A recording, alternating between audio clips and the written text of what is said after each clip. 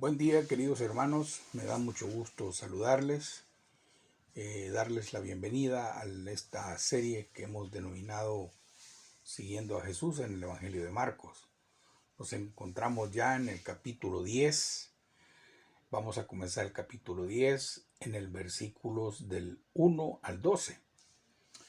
En su Biblia lo va a encontrar como Jesús enseña sobre el divorcio. Pero yo le he llamado que Jesús enseña sobre el matrimonio.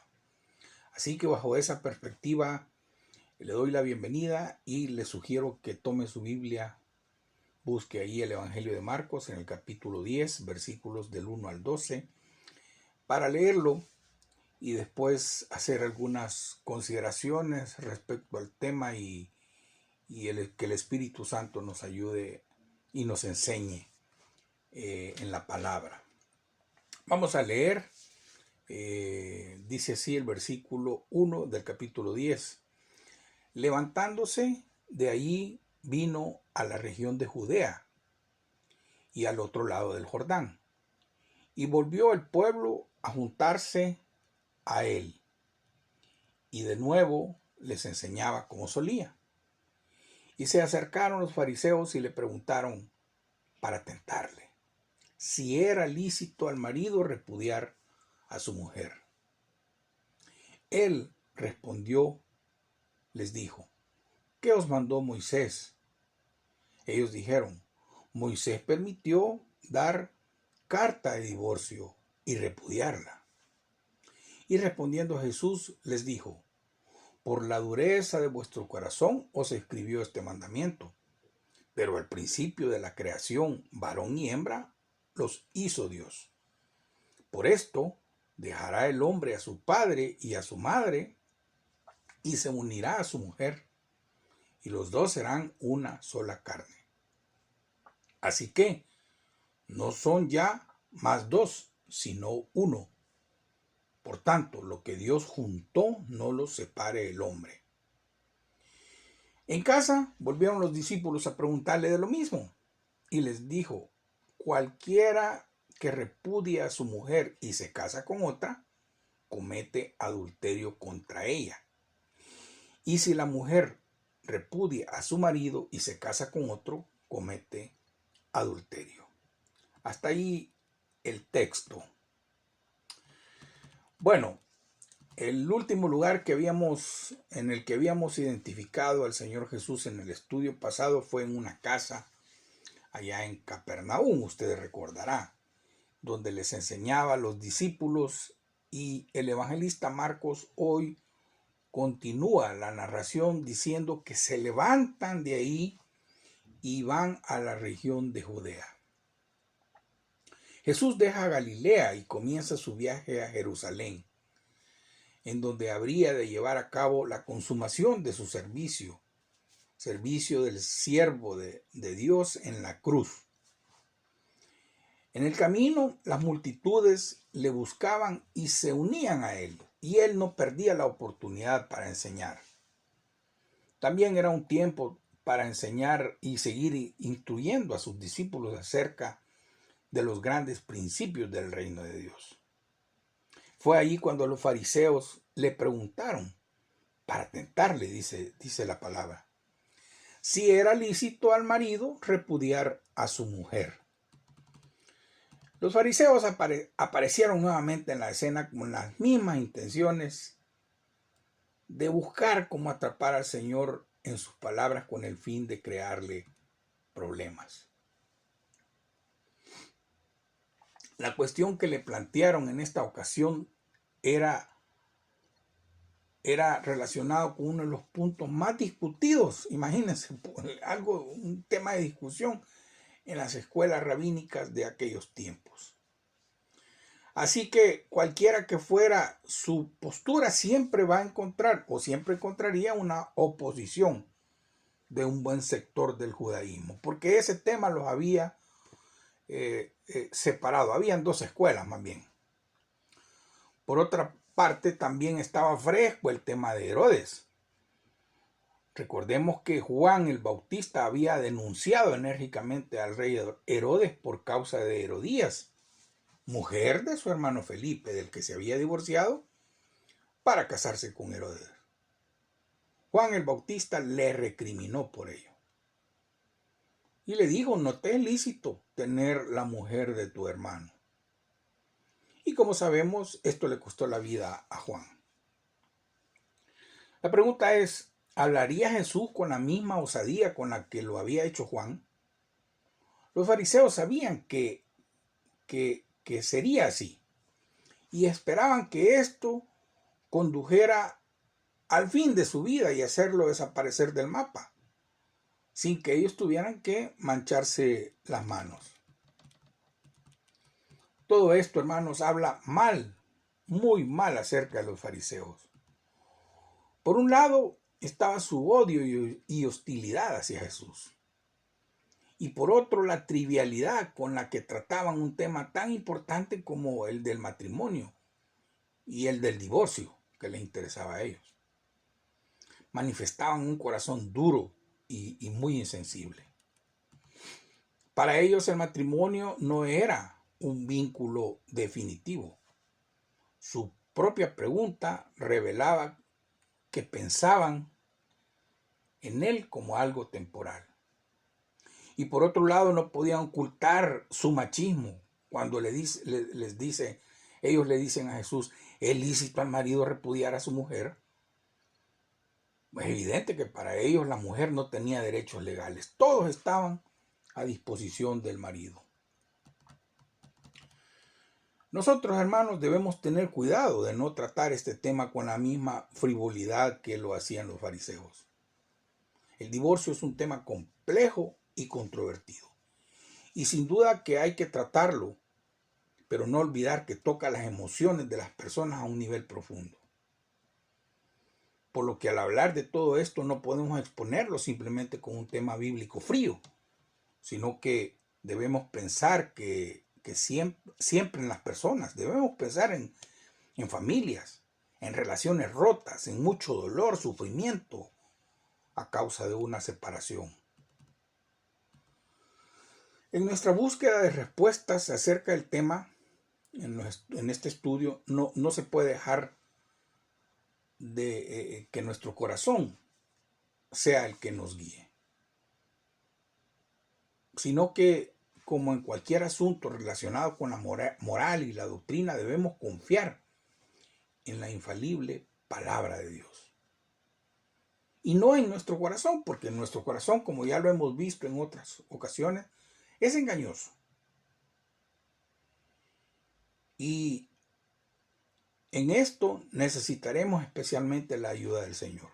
Sin duda alguna, como en muchas cosas.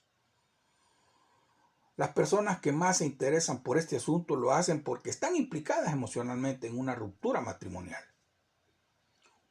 Una situación así no ayuda para describir la voluntad de Dios, sino más bien para escuchar lo que se adapte a lo que nosotros mismos esperamos. Queremos oír lo que esperamos.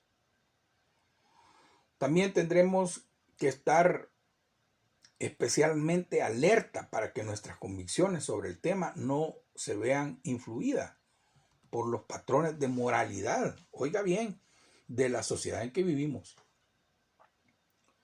Sobre todo cuando vemos cómo nuestra cultura cada día se aparta más de los principios de la Escritura. Hermanos, el matrimonio es uno de los regalos más hermosos que Dios ha dado a la humanidad. Mientras que el divorcio, por tanto dolor y sufrimiento que ha traído a millones de personas, no es promovido por el Señor, definitivamente. Entonces, ¿qué es el matrimonio? Veamos, en todas las sociedades, el matrimonio es una institución reconocida y reglamentada.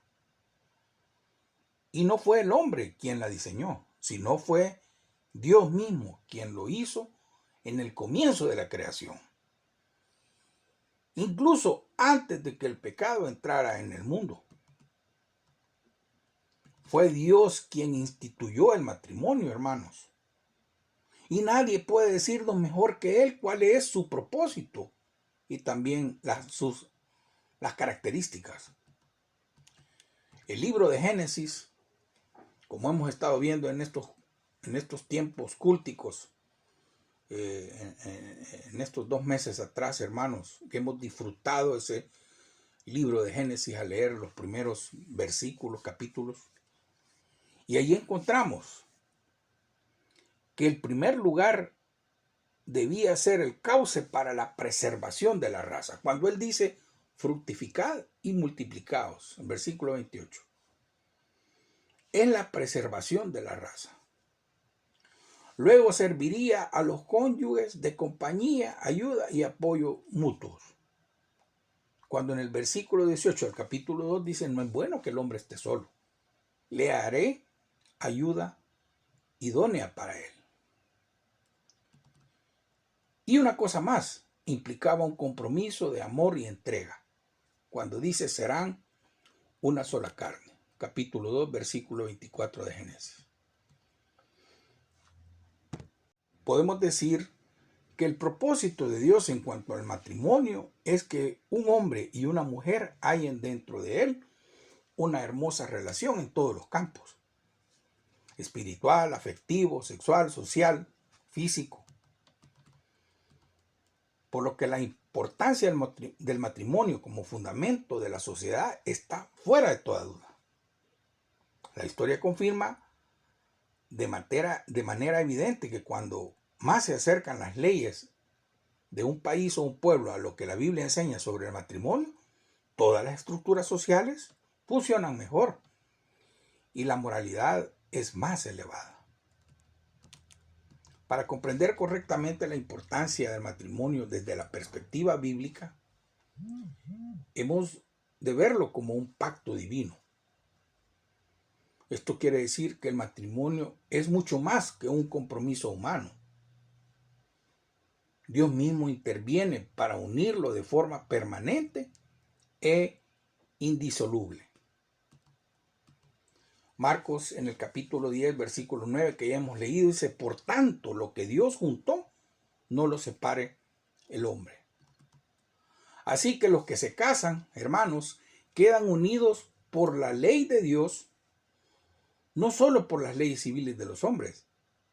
Quedan unidos por la ley de Dios de forma permanente y solo la muerte los puede separar. El apóstol Pablo enseña este tema cuando les escribe a la iglesia allá en Roma, en el capítulo 7, versículos 2 y 3. No lo vamos a leer por cuestión de tiempo. Pero hay otros pasajes de la Escritura donde se refiere al matrimonio como un pacto divino. Proverbios 2:17 dice, la cual abandona al compañero de su juventud y se olvida del pacto de Dios. Malaquías 2:14 dice, Jehová ha atestiguado entre ti y la mujer de tu juventud, contra la cual has sido desleal, siendo ella tu compañera y la mujer de tu pacto. Queridos hermanos, el matrimonio ilustra la relación de Dios con su pueblo. El matrimonio como unión indisoluble es usado también en el Antiguo Testamento y en el Nuevo Testamento para ilustrar esa relación íntima y permanente de Dios con su pueblo.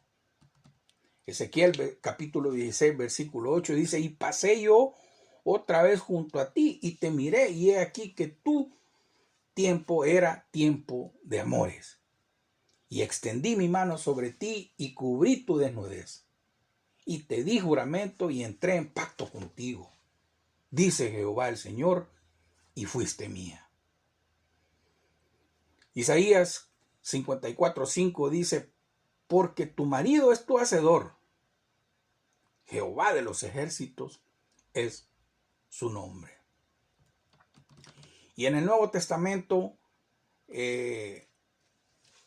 Pablo le dice a los Efesios en el capítulo 5, por esto dejará el hombre a su padre y a su madre y se unirá a su mujer y los dos serán una sola carne. Grande es este misterio. Mas yo digo esto respecto de Cristo y de la iglesia. Después de considerar brevemente la importancia del matrimonio desde la perspectiva bíblica y la forma en la que Dios mismo lo ha honrado, estamos en condiciones de decir, hermanos, que el divorcio, en cuanto que rompe el diseño divino del matrimonio, es un atentado contra su voluntad. Por esta razón el Señor Jesús se expresa con tanta contundencia cuando dice, así que no son ya más dos, sino una sola carne. Por tanto, lo que Dios juntó no lo separe el hombre. Mateo 19:6. Siguiendo esta analogía del Señor, podemos decir que para un hombre y una mujer casados, el divorcio sería como arrancarse un brazo o una pierna de su cuerpo. No hay duda que la intención original de Dios en cuanto al matrimonio era que éste fuera indisoluble. Esta es la deducción lógica por el lenguaje que Dios ocupa cuando dice un pacto, una sola carne, hasta que la muerte los separe, sujeta por la ley mientras vive. Hermanos, el divorcio debe ser considerado como una violación flagrante de la institución divina. Y por supuesto, implica también el fracaso del hombre en su fidelidad hacia Dios, además de la ruptura de la relación entre ambos. Hermanos, las iglesias, nuestra iglesia, debemos dar una enseñanza bíblica profunda sobre la importancia del matrimonio, en especial a aquellos hipotes jóvenes que están pensando en casarse. Debemos explicar con claridad el carácter indisoluble del matrimonio. Hermano, hermana, ustedes que son padres de jóvenes que están por tomar esa decisión. Enseñarles que el divorcio es una triste desviación pecaminosa, distante, pero tan distante del ideal divino. Se debe comprender que el divorcio no es la solución a los problemas. Como demuestra el hecho de que un buen porcentaje, pero muy elevado de divorciados y vueltos a casar, se divorcian nuevamente. Se debe enseñar que el matrimonio solo puede funcionar correctamente sobre la base del esfuerzo y el sacrificio de cada uno de los cónyuges. Y que en aquellas ocasiones en las que no se alcanza el ideal divino, la solución está en el perdón y la reconciliación, que solo son posibles por la gracia de Dios. Para concluir, vemos que Jesús es interrogado en relación al divorcio. Y sí responde, pero se interesa más en fortalecer la unión matrimonial, en dejar bien claro sus objetivos y fundamentos. Queridos hermanos, que nuestra tarea como padres, como iglesia, sea recuperar la fuerza del matrimonio bíblico como una institución divina indisoluble. En lugar de estar enfatizando las causas del divorcio, solo de esta forma se podrá invertir también las consecuencias de lo que estamos viviendo. Y esta es la prioridad de la enseñanza de Jesús en este caso. Oremos. Padre, esta mañana queremos recordar las parejas, los matrimonios, aquellos jóvenes que tienen planes de bodas. Los ponemos delante de ti, Señor. Y oramos para que sean fuertes, sólidos, que seas tú en la unión de estos muchachos, de estos hogares que se van a formar. Oramos, Señor, para que tu reino sea establecido en cada hogar de Iglesia Nazaret y en todos los hogares, Señor, donde te permitan a ti entrar. Padre amado, te bendecimos esta mañana y te damos las gracias por esa institución que nace en tu corazón, el matrimonio. Gracias en el nombre de Jesús. Amén.